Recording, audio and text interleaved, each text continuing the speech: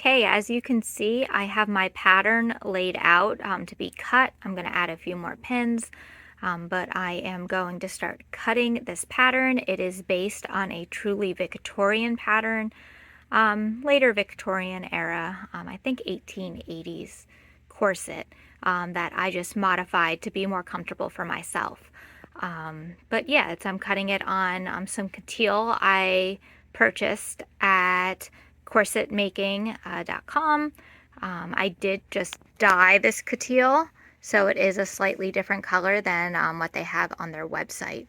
But it is cotton, so what I will do is I'll cut this layer, and I have it folded, so it will be both sides. It is going to be, at the end, a 12-panel corset, and then it will be lined with another very sturdy cotton fabric that I also got from Corset Making, which is an excellent website.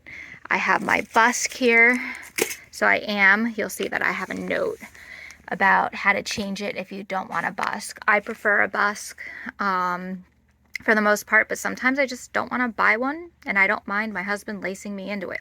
So I am going to use a busk for this, and yeah, we're going to get started. Hopefully this tutorial will be kind of useful to anyone trying to do this pattern.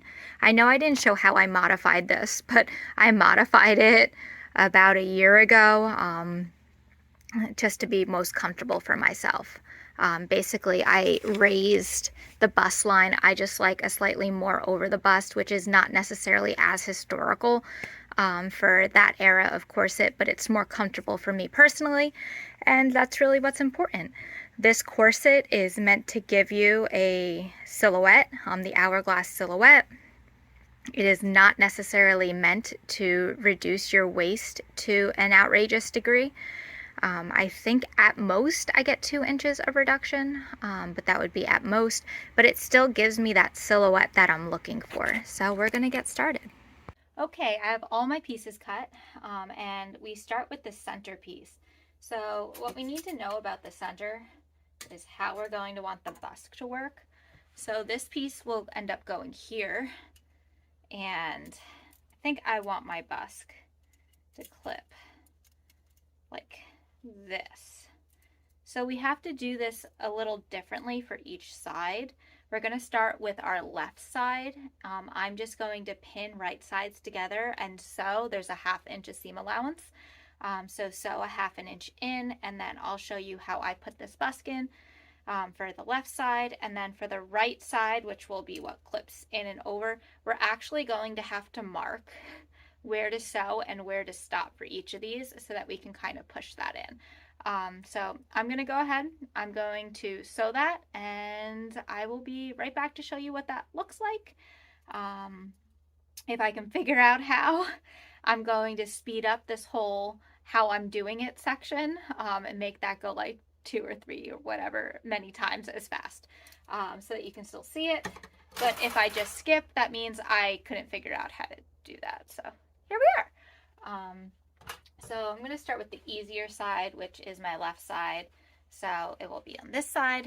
I am going to put my right sides together. There we go. So right sides together. And I'm going to pin down this side just a little bit, just to kind of hold it in place. I might even just put in 1 or 2 pins.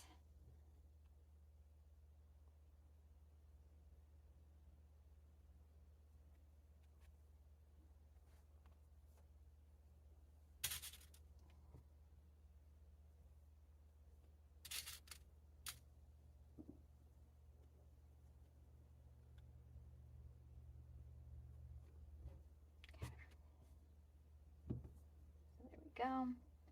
Have that set.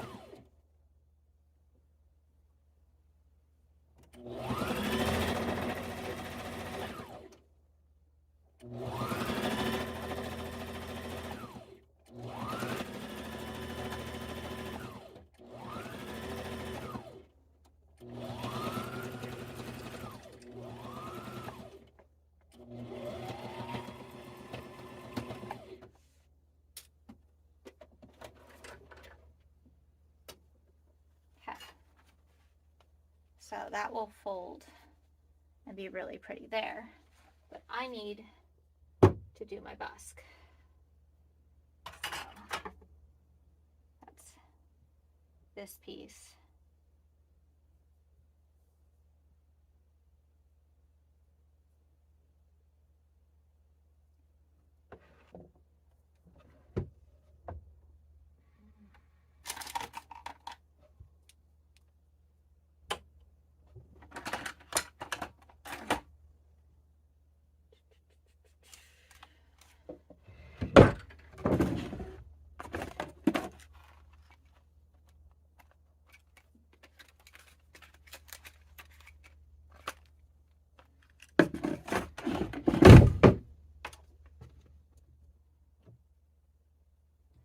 So this is going to need to be folded over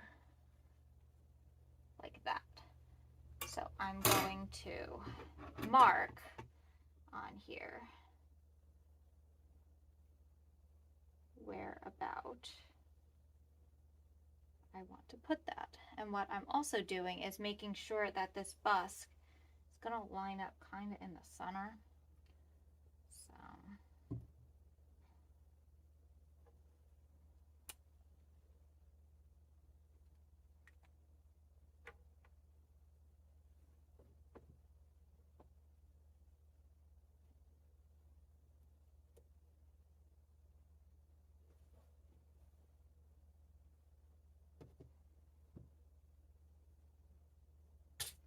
I'm going to mark my top and my bottom of my busk where I want it so that it doesn't really shift that much. And I'm doing it on the seam allowance so you don't ever see it. And then I'm just going to poke a little dot right where the busk is going to sit for each of these. Just slightly in so that it has room to go over. And then I am going to take my awl and I am going to poke the holes there. And then I am going to very carefully push. So if you look, it didn't even go through, which is nice. So you just want to make enough of a mark to see where it's going. And I am using Coutil, which is a very heavy duty material. I read somewhere that it's the closest we can get to traditional like corset making materials. I don't know where and I don't know if that's true, but I read it somewhere. So since I like making my corsets out of Coutil, I'll just keep going with it. Now I'm not actually like cutting a hole. I'm using my awl to separate. And the reason I'm doing that is because it keeps the fabric stronger than if I was actually like cutting into the material.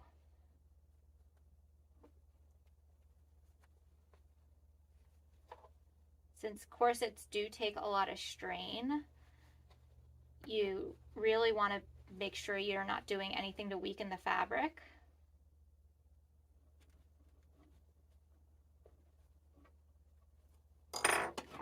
So if you can see, I have little holes.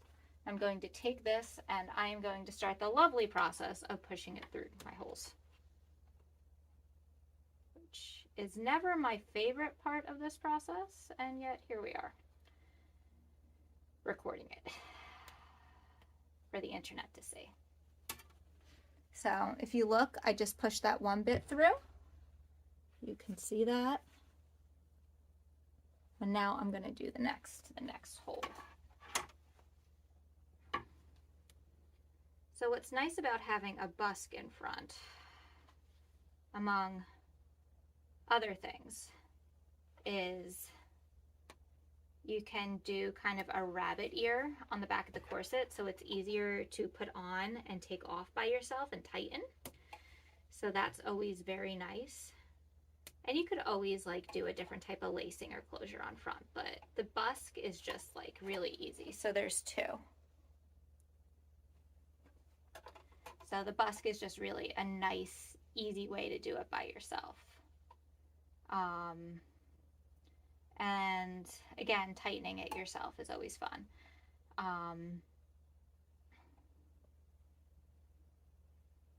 The second reason a busk is really nice is because it acts as a stiffener on the front, so it helps keep your front nice and flat. You can add boning in, but I always find that I'm off center when I add my boning in. So I'm the only one who notices. So as long as you don't mind, that's fine. Or if you're better at getting things centered than I am, even better. But yeah.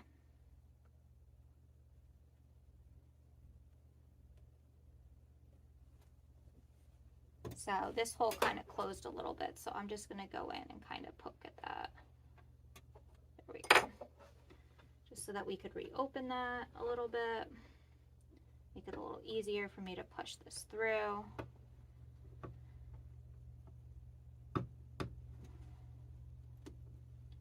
I'm sure I make a ton of really interesting faces as I do this, because I am not used to doing this on camera. Okay, again, my hole is kind of closing back up, which is nice once the busk is in, because it will kind of close around the busk and help hold it more securely. Not that it's going anywhere by the time I'm finished stitching everything, but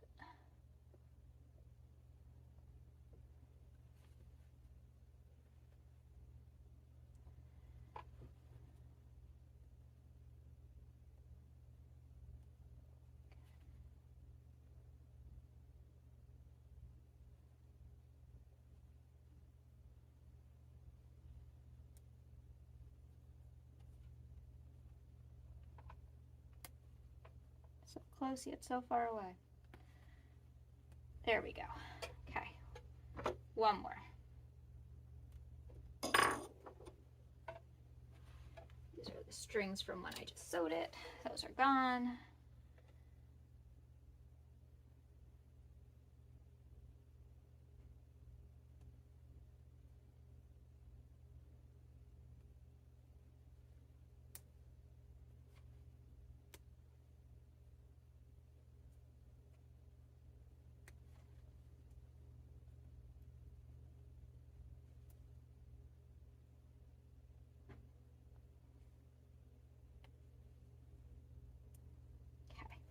So my one side of my busk is in. So there we go. And then this will kind of stretch like that.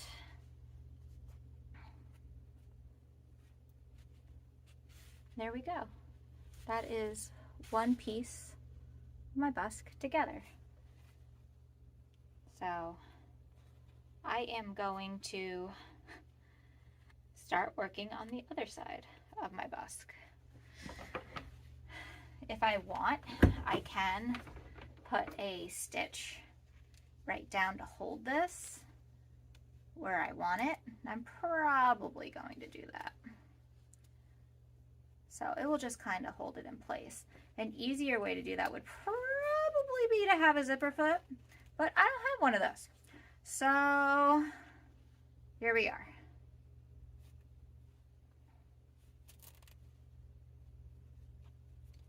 So I'm just kind of fiddling with it, making it go where I want it to. I did iron my fabric, so that's kind of important to do. So.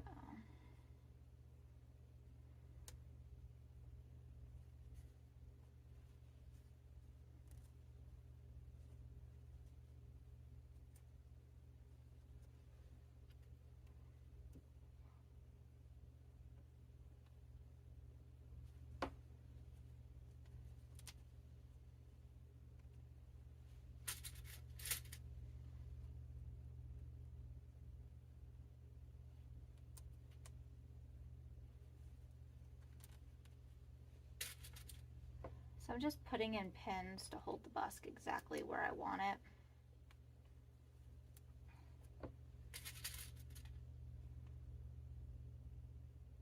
I don't know if I have my sewing machine threaded for exactly the right color to sew this line, so I'm probably going to wait on that and just leave the pins in for now. But yeah, so that's what the bust side looks like for the little clip. And then the other side, once I, you know, do that bit, will clip on right like that. So what I'm going to do is I'm going to show you how I'm going to add the next panel to this. Because except for doing this busk piece, adding the panel is basically exactly the same.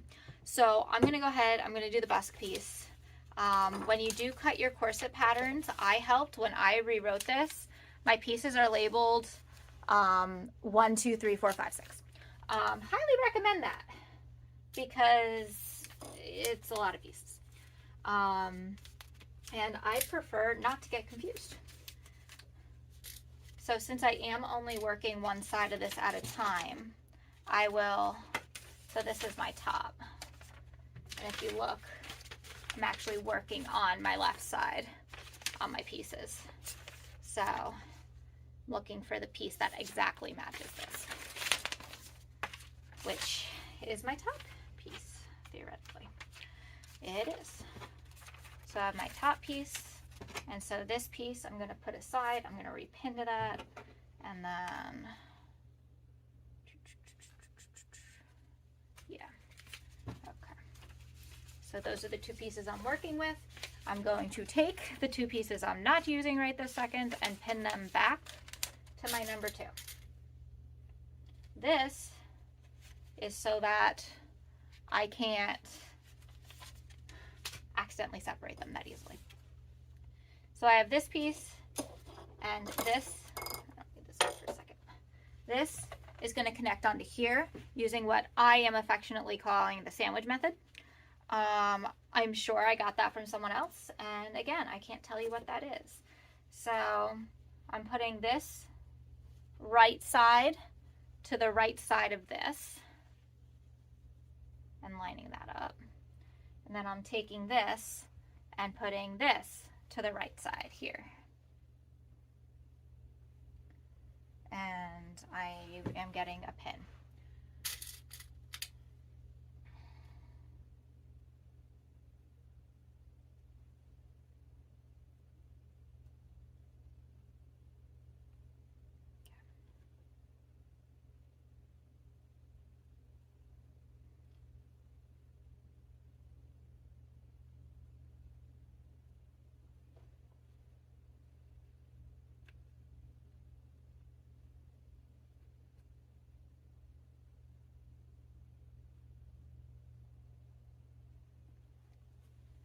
So corsets do curve, and so lining these up is probably a bit more difficult than some other like standard type seams, but that just means more pins.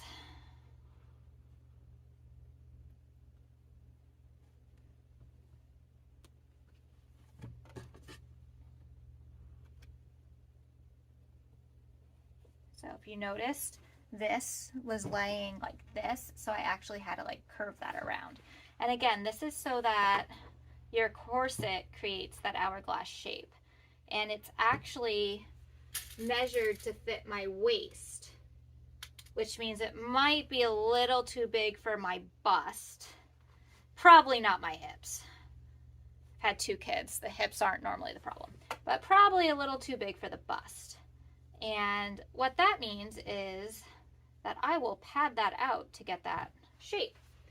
Because back before relatively-ish modern fashion, people tried to change the shape of their bodies a little less and achieve the fashionable silhouette with their undergarments, which does include corsetry.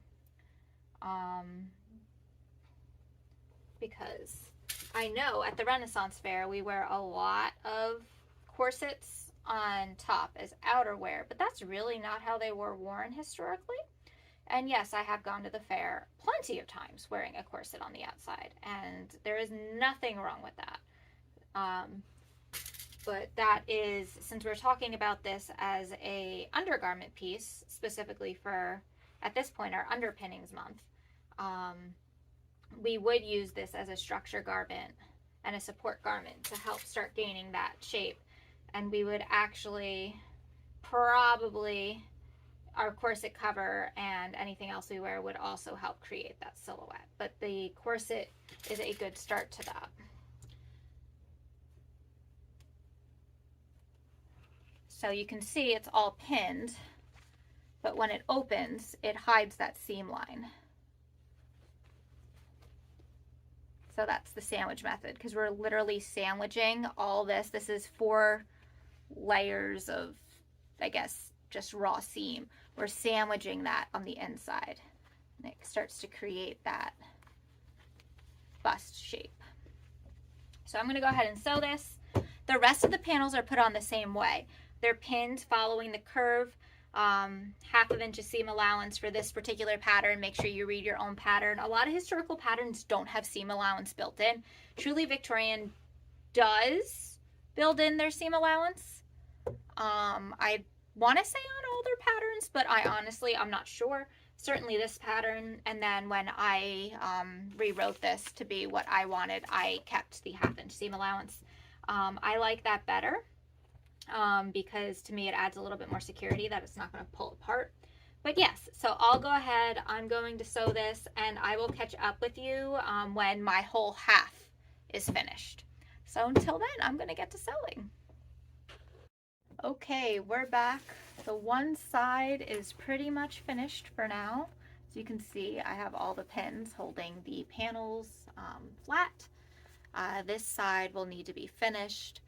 I'll turn that in and sew that, but I need to make sure that I leave enough space to put boning in there. So I'm going to see what boning I have when I do that. But for now, this is finished. And now we start the other piece. So I think you can kind of see that. Let me see if I can zoom in a little bit on that. So there we go. So multiple things need to happen with this. I need to mark where exactly the busk needs to go on here so that these meet up. I also need to note how to skip each of these. So the quickest way we're going to do that, we're going to stick these in and see how they line up, which they do fairly well. If I turn that, you can kind of see this is where it is, and it's going to meet up there. So I'm going to go ahead and put quick dots where the ends should go. And what's nice is there's few things that you can't fix with bias tape at the end to make sure they line up exactly. But that should be good. Okay, so that lines up there like that. Cool. So now we kind of need to mark our stitch lines. And I think I'm going to head and not do that with a permanent marker. I'm going to see if I can get this working. This is actually chalk, and it rolls on. Let me see if I have a scrap piece to show you. So this is on a scrap piece. But you can kind of see it will make a line that rubs off somewhat, but at minimum it won't go through. So I'm lined up with my dots, so I can kind of mark that up that way, and then in there, there, there, and then all the way to the end. So I just want to make sure that I can see where I have them. Okay, cool. And then we're going to go ahead and pin these two together.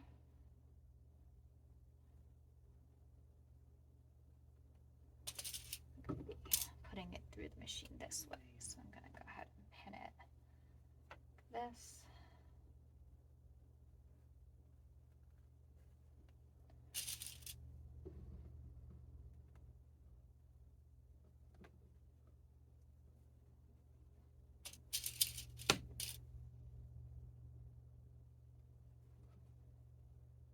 go. So again, we're with a 1/2 inch seam allowance. And I'm really going to stop my sewing machine in between each of those lines. So I am going to kind of just put a line like this so I can see where to start and stop. You can see what I'm doing. There we go. The reason I do that is because I didn't necessarily go 1/2 inch, but it kind of just lets me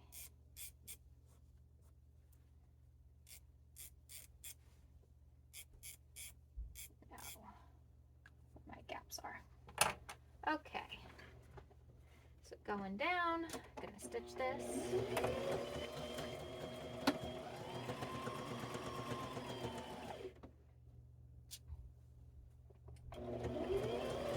So every time I get to that line, I am going to go ahead and back stitch, and then I am going to lift up. I am going to travel to the next part. I'm going to line that up, and we're going to lower, and we're going to go ahead and we're going to back stitch a little, and we're going to keep doing that the whole way across. I find this to be one of the harder parts of making the corset, especially when my lines go away.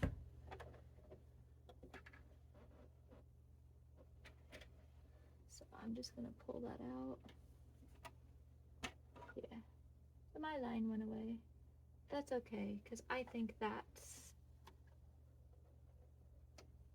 where I'm going to want to backstitch. Oh, that's where I'm going to want to backstitch.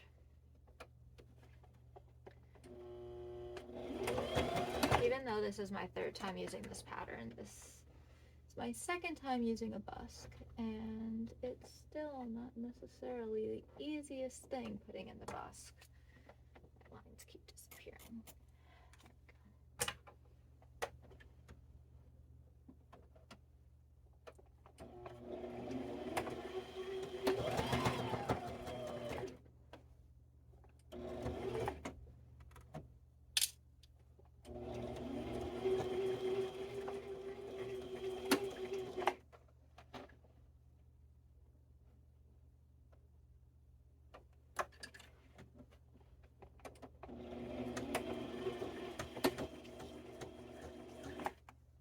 Making sure I'm staying at a 1/2 inch.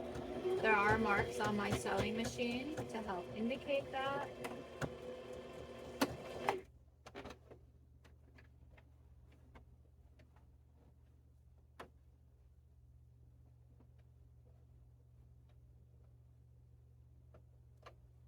Again, my line.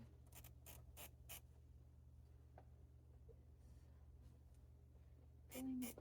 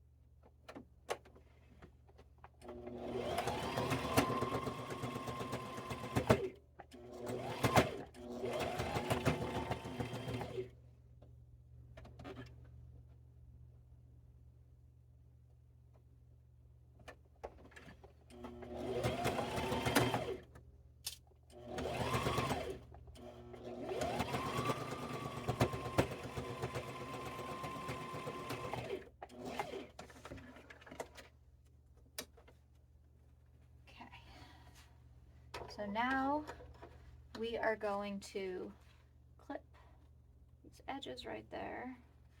Just open this up.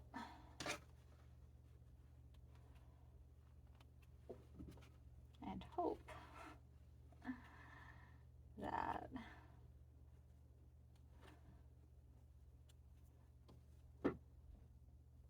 we did the bust correctly. There's always the chance that I miscalculated and missed my markings.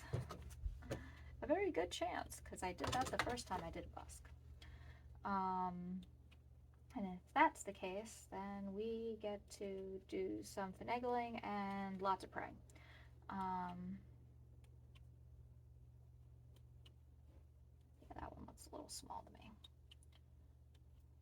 So I'm basically just cutting off all those in between sections. Okay. Moment of truth. Busk.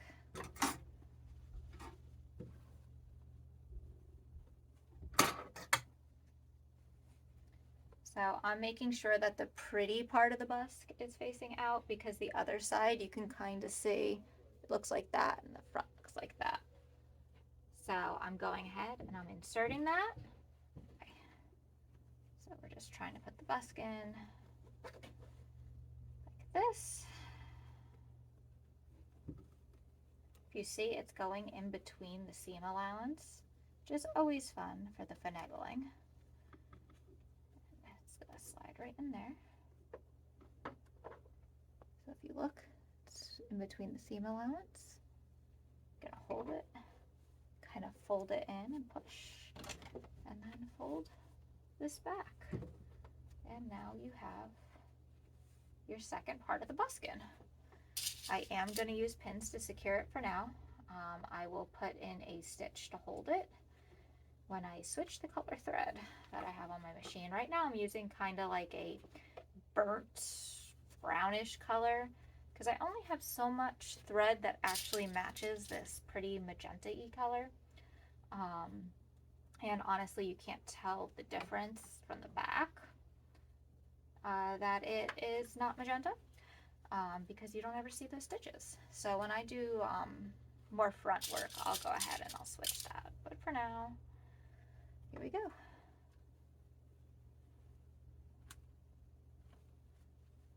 And I will show you if I got it lined up.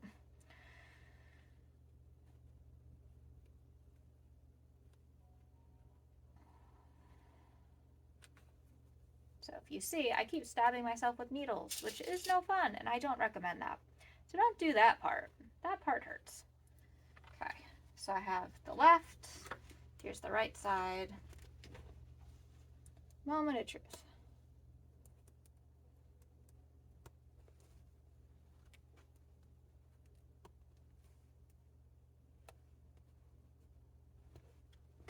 Hard to do at an angle. There we go.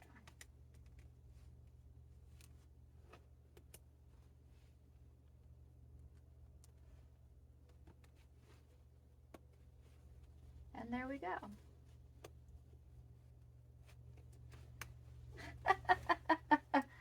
Give me a second.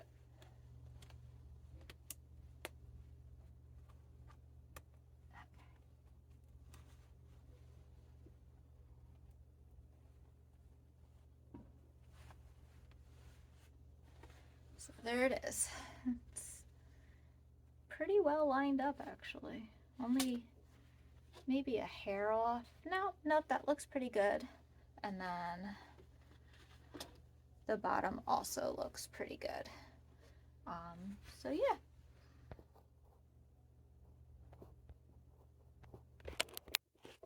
So that's the start of the corset, and then that will meet in the middle like that, and that's where the bust goes.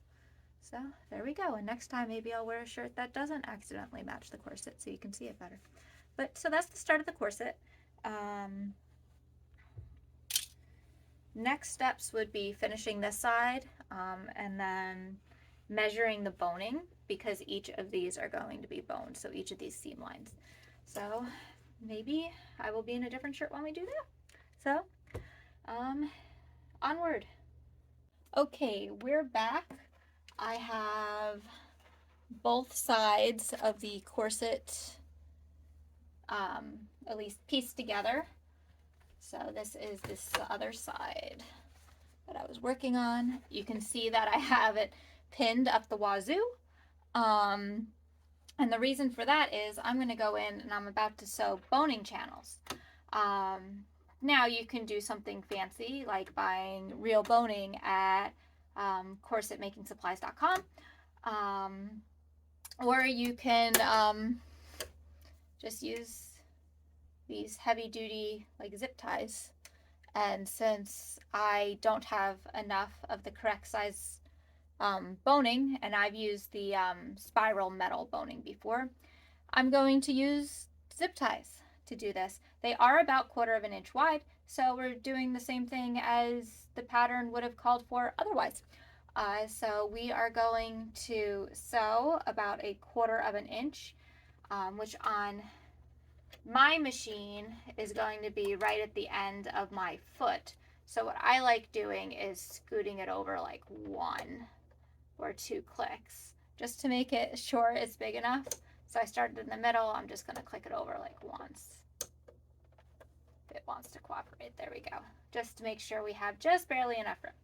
So I'm going to go ahead, anywhere there is a seam, I'm going to basically sew a boning channel.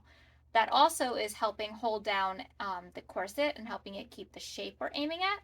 So I'm going to go ahead and do that off camera. I don't think I need to show how to do that. I'm just going to sew my boning channels along each of these lines. Not on the inside. Make sure that you do it where you made that sandwich, where you had sewn it on this way and you folded it over the seam allowance. So you're kind of holding it down over the seam allowance, which will give it extra strength.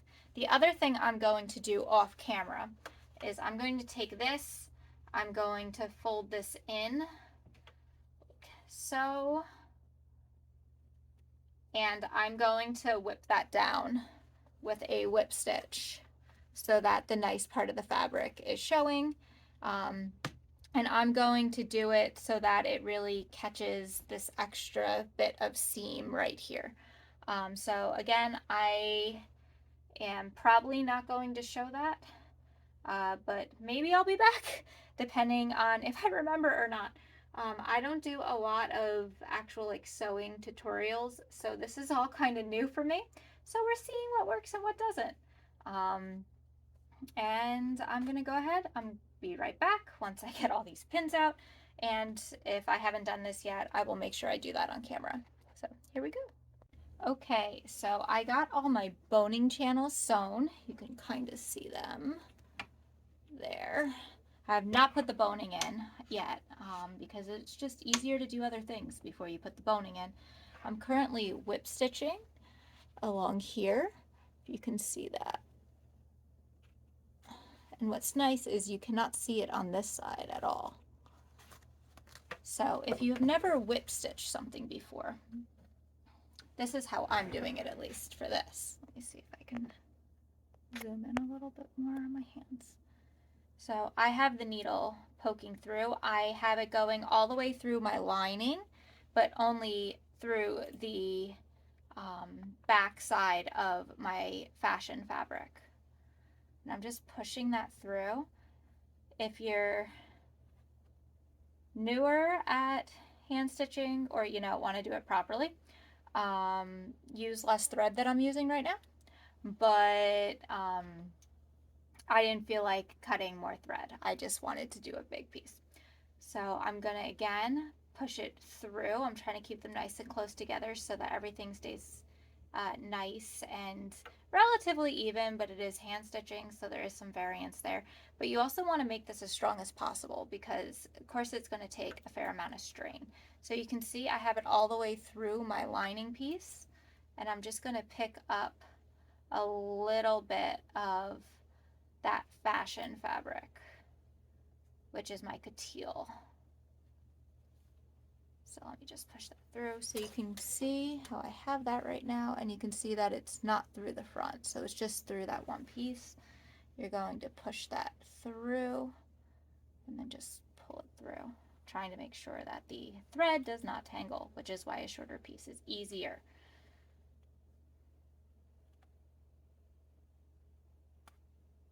So there you go. So whip stitch. So I'm going to do that along this whole line, and I'm going to do it on the other side of the corset. After that, we are going to start putting in the grommets, I think. So we'll either do the grommets or the Yeah, we'll do the grommets next, and then we'll put in the boning. And yeah, we'll just keep going forward with that. Okay, here we are. We are on day 3, and I finished whip stitching this whole side and the other side, so all my whip stitching's done. Let me kind of show you how that looks. So you can see that's been whip stitched, and if you look on the other side, you actually cannot see the whip stitching. What you can see a little bit is about 1/4 of an inch in from that line, I put another boning channel. And the reason I did that is because it helps the corset remain stabilized after you put your grommets in and when you go to pull it tightly. So that's really what I'm going to show you right now. Now I'm not going to show you putting in my grommets because I feel like that would be a long, boring thing, but I will show you what I use. This is what I use to do my grommets. Pretty sure I got it off Amazon, but yeah, this is what I use. It is not the easiest thing to squeeze. I often do it on the ground and kind of like push this part against the ground, or I beg my husband to do this part. But I will kind of show you the spacing that I use. So I want at least 1 inch on each side. So I'm not going to use that. So 1 inch here would be here, and 1 inch in, so this is 14.5, would be 13.5. And I kind of want things to be 1 inch apart, so I would need to lose 1/2 inch to make that easy. So I'm going to go in 1/4 of an inch more. Just draw that line there. I'm going to go in 1/4 of an inch more here. And so that's going to be my first and last. Now before I mark them for real, I'm going to make sure that I actually did that right. So at 1.25 inches, here's 2.25, 3.25, 4.25. And you'll also see that I secured what I'm using to measure so that it doesn't keep moving on me, because I just got sick of my stuff moving on me. 6.25, 7.25, 8.25, 9.25,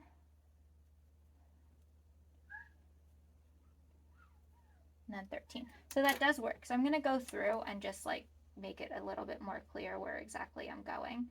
I am about, I don't know how far that is in, 3/4 of an inch into the fabric. So this is at 1/4 of an inch.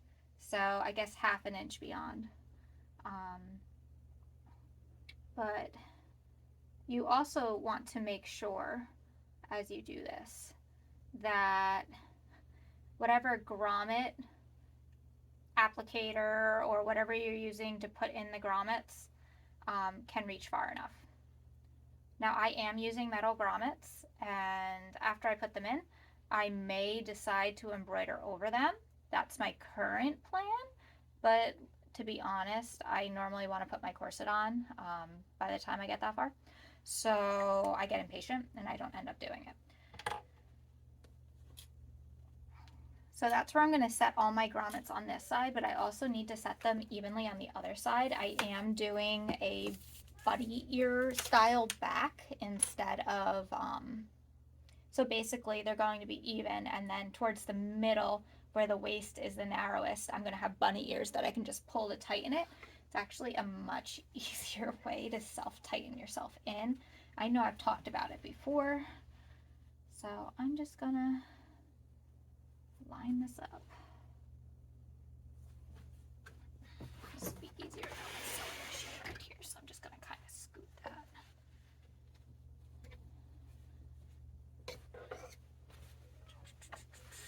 Reorient myself. Okay. Here we go.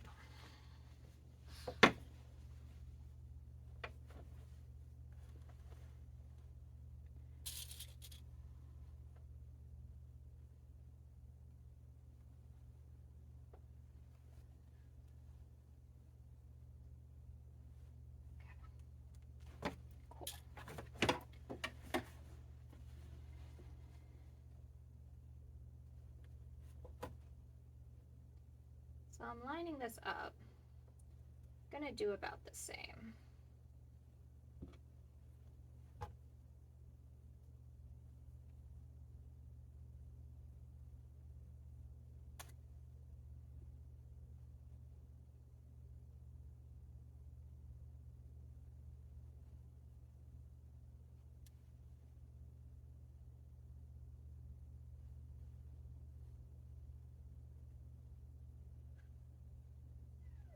The reason I prefer to do this instead of remeasuring is because I'm always afraid I'm going to measure wrong.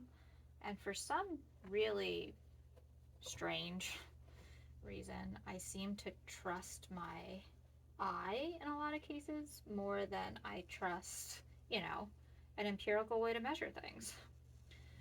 I didn't say it made sense. I didn't say it was logical. I just said that that's the way I feel. So here we go.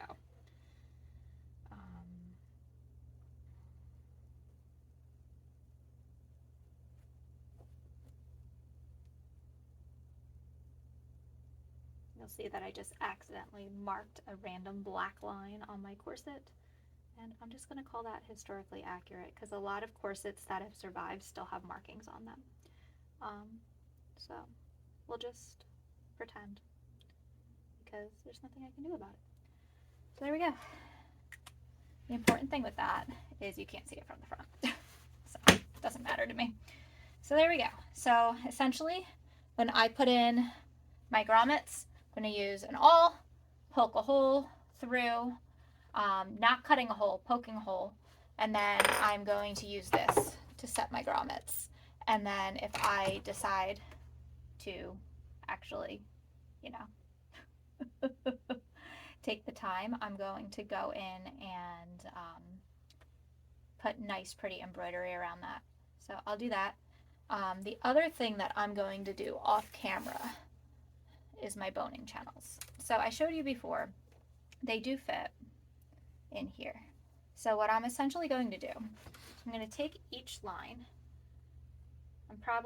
So here's where I'm probably going to sew my bias tape. But I'm going to put in probably from here to like here-ish. I'm going to measure that. I'm going to cut it. I'm going to round out the corners so it doesn't poke through as easily.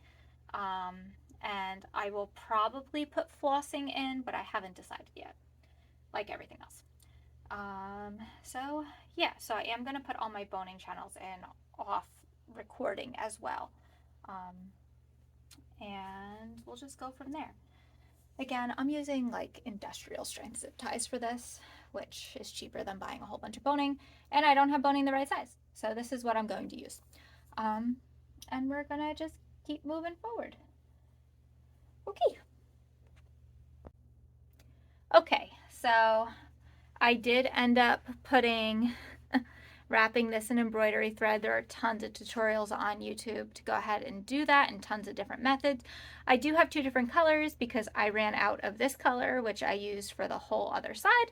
And I figured piecing is period, and this is just the reality of sewing, and actually is not terribly unhistorically accurate. So I just did the best I could. I did also stick the boning channels in, which was a bundle of joy. Maybe go one click further instead of just one click beyond what you need. But they're not moving. They're very firmly in there, which is good because I don't like flossing my corsets. Why don't I like flossing my corsets? Because I just don't like doing it. So I like that they're not going to move. What I am going to do is run some bias tape along the tops and bottoms just to even things out.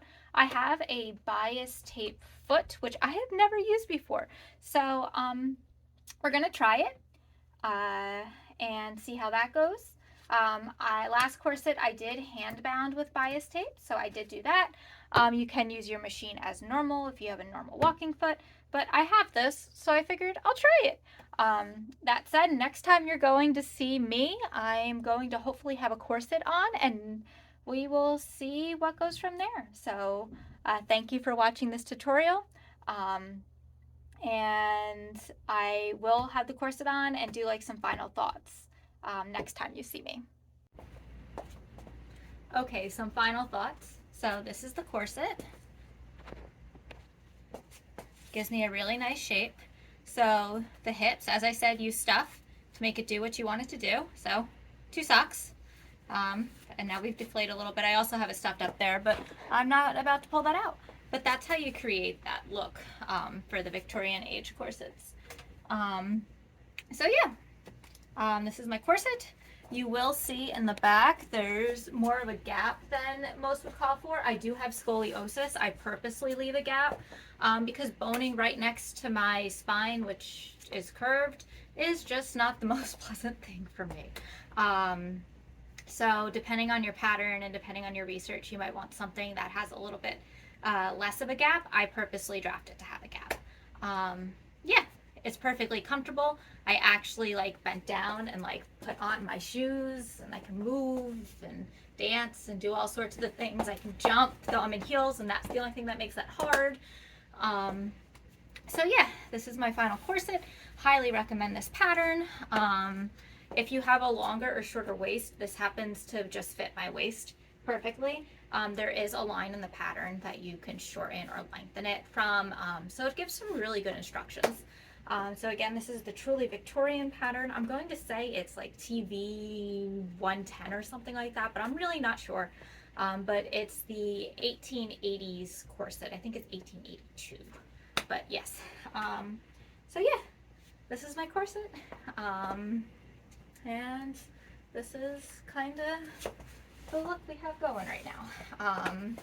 Yeah, if there's any questions, feel free to either reach out to me on the Sewing for Renaissance Festival's Facebook page, or just leave a comment below on the YouTube. I am going to ask that you like this video. It just helps us out a little bit. Somewhere in the nether next to me there will be a subscribe button, and YouTube will also recommend another one of our videos. I hope this tutorial was useful for you. I hope it was useful for our membership. We're looking forward to this February, that's February 2023, that we're going to be doing an underpinnings sewing challenge. That's our sewing challenge for the month. So whether you're making a corset or a kirtle or a chemise or a shirt or anything that goes underneath the main gown, yeah, we hope that you join us. Until then, see you next time.